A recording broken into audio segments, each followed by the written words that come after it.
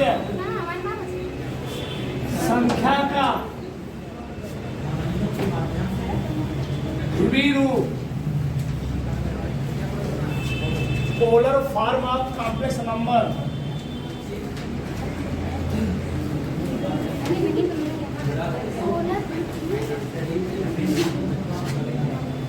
Polar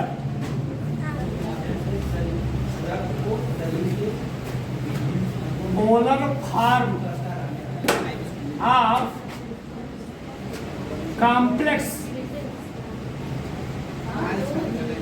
complex number NUMBER polar form of complex number. अब लिखो मैं समझेगा, सबका ध्यान देना चाहिए, सबका ध्यान है। समृद्ध संख्या का जो ध्रुवीय रूप होता है पोलर फॉर्म, वह होता है Z बराबर R।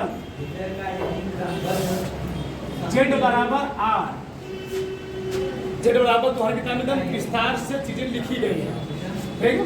Z बराबर R cos theta plus I sin theta. ये है समृद्ध संख्या का ध्रुवीय।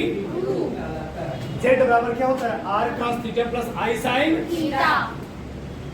किसी को दिक्कत नहीं? R किसी में गुणा करो, R गुणा करो क्या निकलेगा? R cos theta plus I बाहर निकाल लो, R sin थीटा। मान लो इस तुमसे चैप्टर में प्रश्न में दो चीज पूछेगा, एक पूछेगा निकालो मापांक, एक निकालो कोणांक। एक पूछेगा मापांक के क्या पूछेगा? तो दोनों 10 मिनट सब सीख जाओगे। मापांक कोणांक होता क्या है? मान लो हम लोग पहले निकालते हैं मापांक। अगर इसका मापांक निकालें, क्या निकालेंगे? मापांक जब निकालेंगे तो मापांक होता है क्या? कड़ी में वास्तविक भाग का वर्ग, वास्तविक भाग के गुणांक का वर्ग और काल्पनिक भाग के गुणांक का वर्ग। वास्तविक भाग पूरा नहीं, क्या है? R cos थीटा पूरे का। काल्पनिक भाग कितना जी? काल्पनिक भाग का गुणांक ये ना, R sin थीटा पूरे का होल स्क्वायर। तो जब क्या आ जाएगा? R square plus R square sine square. बताओ दोनों कुछ कॉमन है? R square common. R square बाहर निकालो, साइन को आगे लिख लो। Sine square theta plus cos square. अब बताओ इसका मान कितना होता है? R स्क्वायर गुणे एक आगे। बताओ कितना आगे? कड़ी में R आएगा ना, कड़ी में इसका मान आएगा, यानी मॉड Z कितना आ गया?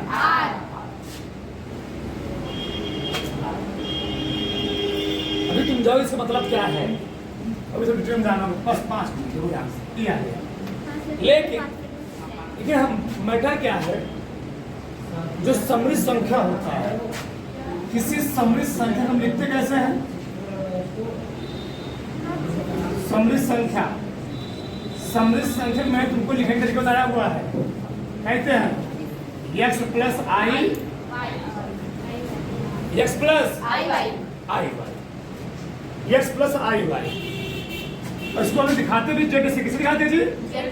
जेड से ही दिखाते हैं, x प्लस i y। लेकिन उनका प्रश्न ये रहेगा, अब बताओ समृद्ध संख्या ध्रुवीय रूप क्या होता है? Z बराबर क्या है? R cos theta plus I R sin R है ना? बताओ यहाँ पर x का मान कितना है? दोनों समृद्ध संख्या ही है, तो ये समृद्ध संख्या है।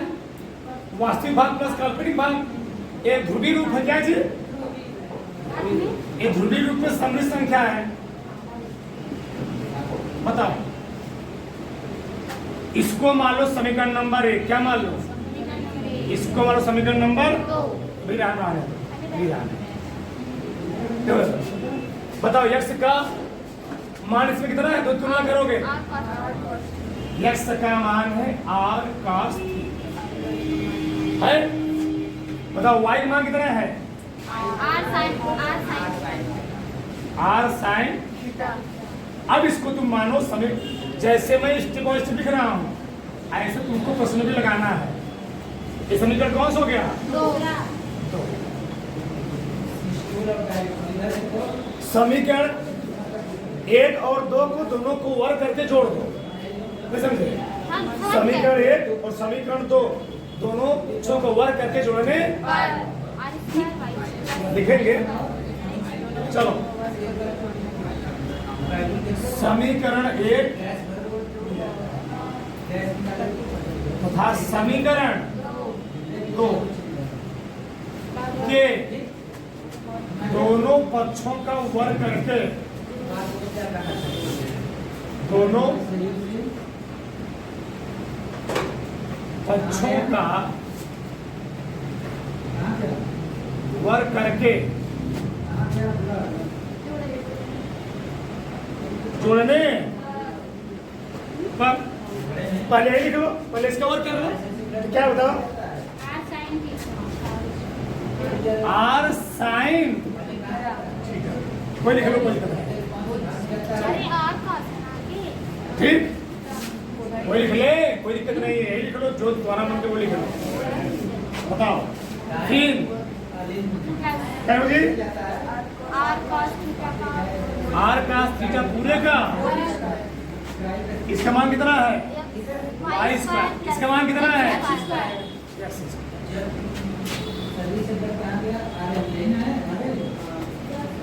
क्या है यहाँ पर,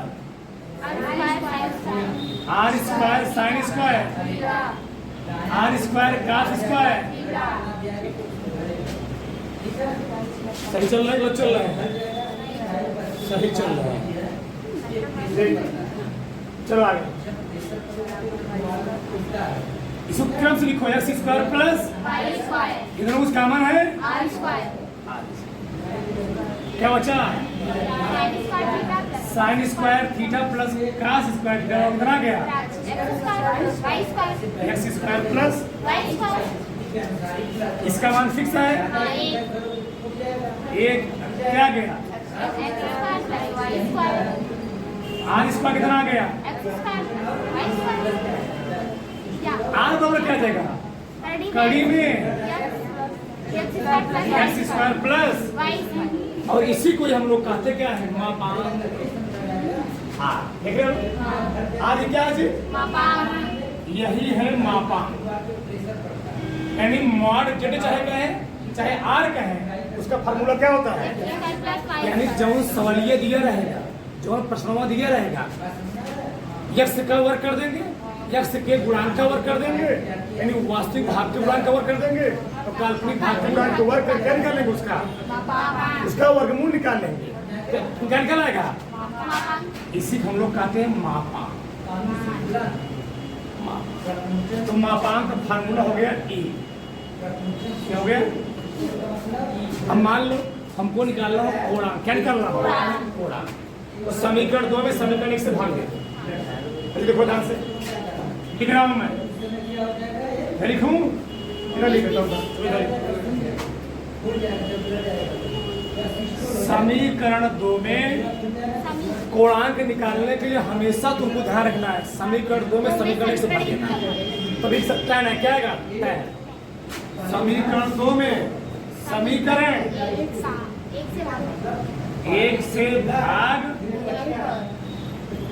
देने, समीकरण 2 है ना, क्या है, आर साइन थीटा बटे क्या लिखोगे, आर कॉस, वाई लिखोगे ना, बटे आर साइन कट गया, बचा साइन अपान कॉस, क्या होता है, वाई बटे।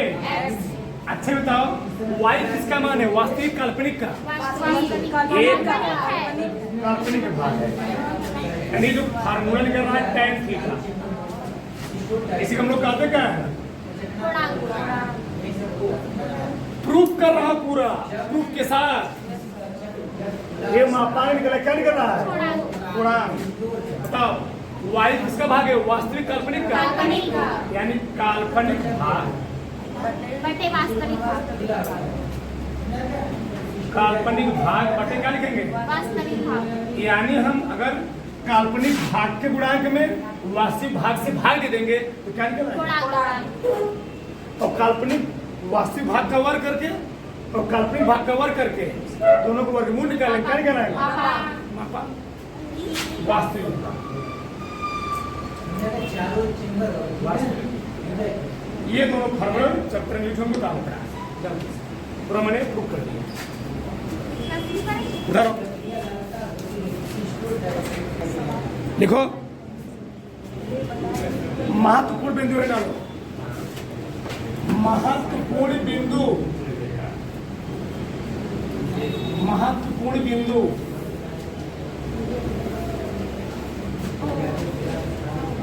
पहला पॉइंट लिखो, किसी भी समृद्ध संख्या के, पहला पॉइंट, किसी भी समृद्ध संख्या के, किसी भी समृद्ध संख्या के ध्रुवीय रूप के लिए, ध्रुवीय रूप के लिए कोणांक का मान, कोणांक का मान माइनस पाई, यानी थीटा का मान माइनस पाई से बड़ा होगा और पाई से छोटा होगा, मान तक होता है।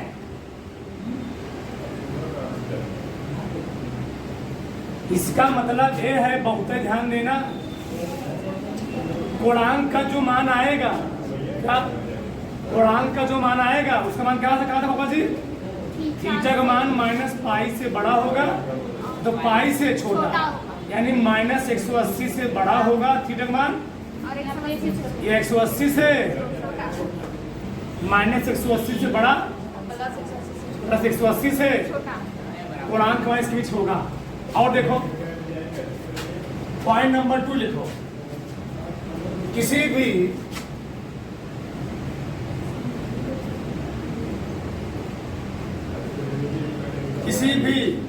समृद्ध संख्या के लिए, किसी भी समृद्ध संख्या के लिए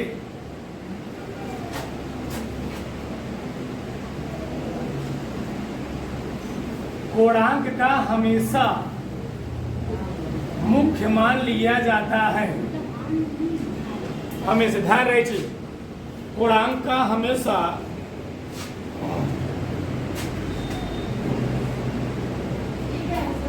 मुख्य मान लिया जाता है।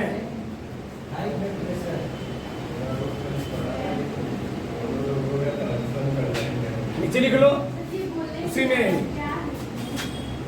प्रथम, द्वितीय, तृतीय व चतुर्थ, चतुर्थांश के लिए, चतुर्थांश के लिए कोणांक का मुख्य मान, कोणांक का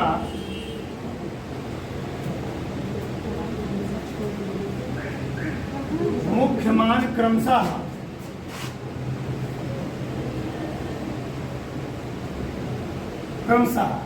theta, pi minus theta, minus pi plus theta तथा माइनस थीटा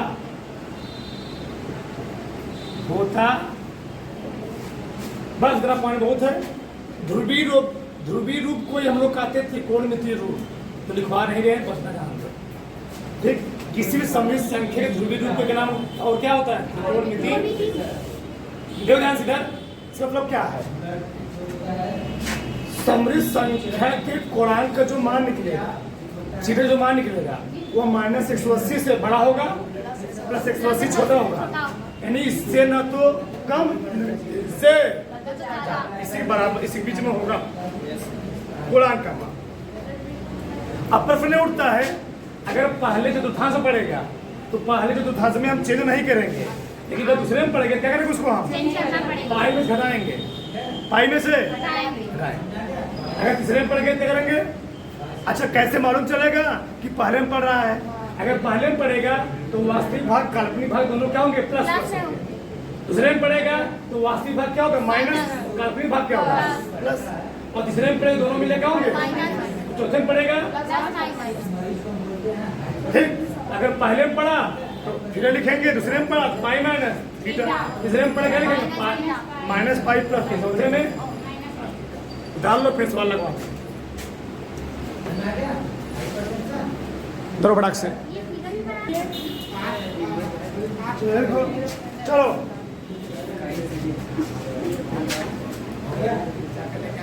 प्रश्नावली 5.2 प्रश्न 1 से 2 तक सम्मिलित संख्याओं में प्रत्येक का मापांक और कोणांक ज्ञात। हम एक एक सवाल को लगाएंगे दो तरीके से। बोलो मत, 12 सवाल बोलो मत। z बराबर क्या लिखेगा जी? -1 माइनस आई कड़ी में t। सबका ध्यान इधर। इसकी तुलना हम किससे करेंगे? z बराबर r cos theta plus i sin theta. थोड़ा इसको ओपन करोगे आ जाएगा r cos theta plus i sin theta.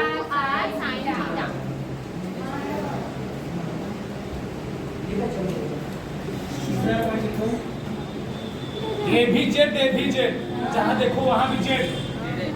r cos theta कितना निकला जी? r cos थीटा के माइनस, r sin थीटा कितना आ गया? केवल गुणांक लेते। समीकरण इसको मान लिया करो, ये इसको माना करो, ये मान लो। कोई समीकरण 1 और समीकरण 2 दोनों पक्षों को वर्ग करके जोड़ने समीकरण 1 तथा समीकरण 2 के वही बात जो पीछे पढ़ के आए हैं, दोनों पक्षों का वर्ग करके क्या करना जी? जोड़ने क्या लिखेंगे बताओ? r sin थीटा का whole square, r cos theta का पहले इसको लिखोगे प्लस, सही है? क्या आ गया यहाँ पर? r स्क्वायर sin स्क्वायर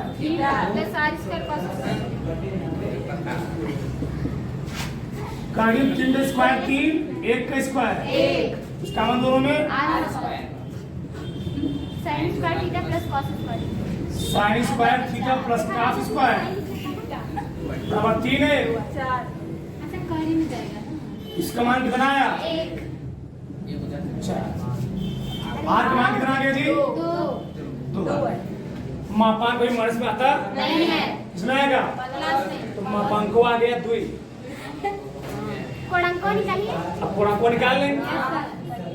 कोणांक को देखते आया हूँ समीकरण 2 में समीकरण 1 से समीकरण 2 में समीकरण किससे जी? 1 से भाग देने पर किसी कोई दिक्कत नहीं।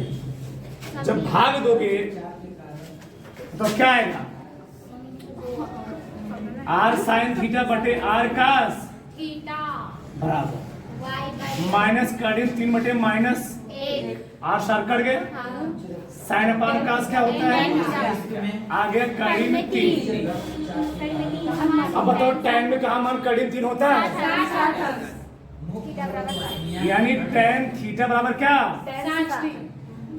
पाई बाई 3 जी थीटा कितना आ गया पाई बाई और हमने बताया है राज की बात दोनों मिले माइनस है भुजी माइनस कोटि माइनस तो कौन में पड़ेगी तीसरे में और तीसरे में हमने बोला है मुख्य मान निकालना क्या निकालना है और मुख्य मान को ही कोणांक कहते ध्यान रहे मुख्य मान तुमको मालूम करना पड़ेगा कौन में पड़ा तीसरे में तीसरे तो मैं फैमिली बता रहा हूँ माइनस पाई प्लस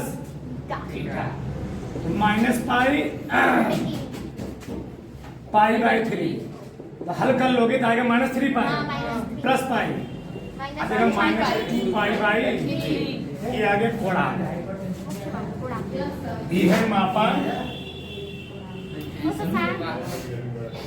और वो क्या है कोणांक कितना आ गया मुख्य मान को लगाते हैं कोणांक अब ट्रिक देखो ट्रिक से 2 लाइन में इतना लंबा तो करना भी नहीं पड़ेगा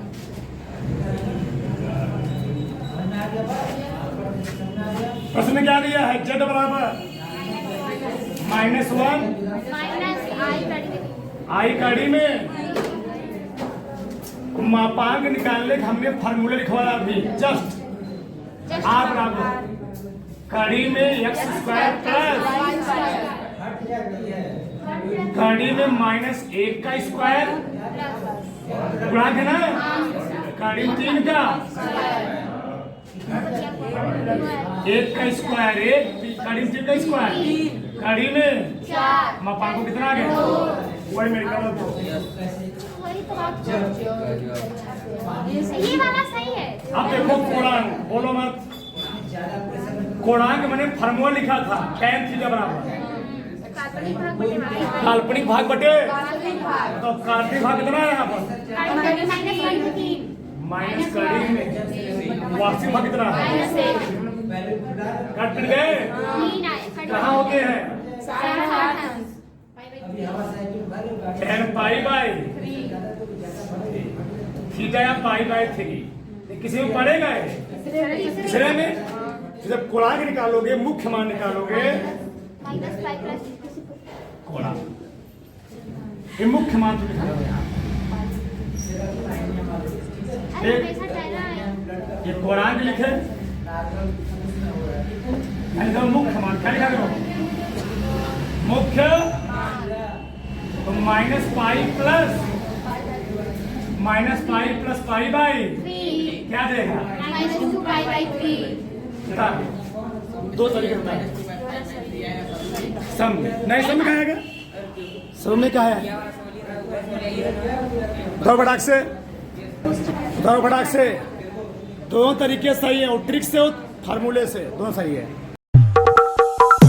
Lights, camera, action.